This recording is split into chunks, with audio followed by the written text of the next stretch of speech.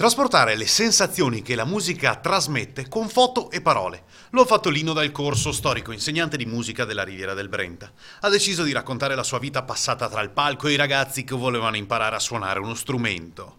Perché ho avuto scuole anche a Milano, a Scorzese, a Branco, Spinea, Dolo, soprattutto Dolo, che è anche Dolo in Riviera del Brenta.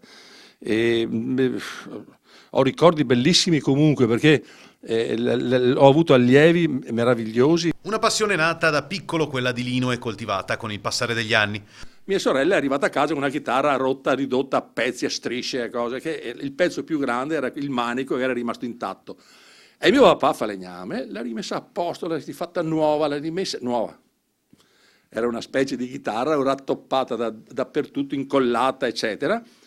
E da lì ho cominciato a iscrivermi a un corso di musica. Non sono mancate le soddisfazioni, personali ma non solo, per tutti i musicisti forgiati in provincia di Venezia. La prima volta, il primo concorso di Recanati, dove c'erano diverse categorie di musicisti, chitarristi, pianisti, fisarmonicisti, e ci siamo trovati per la prima volta con l'orchestra fatta su così, cercando di dare un po' una svolta ai ragazzini che studiavano con me, sì, di metterli insieme, musica d'insieme che è importantissima tra l'altro, e ci siamo trovati pensando di essere così sprovveduti nella maniera, vedevamo questi gruppi che venivano da tutta Italia, anche dall'estero, e siamo entrati dentro un po' molli, un po' impauriti si può dire, però siamo riusciti a vincere il primo premio assoluto.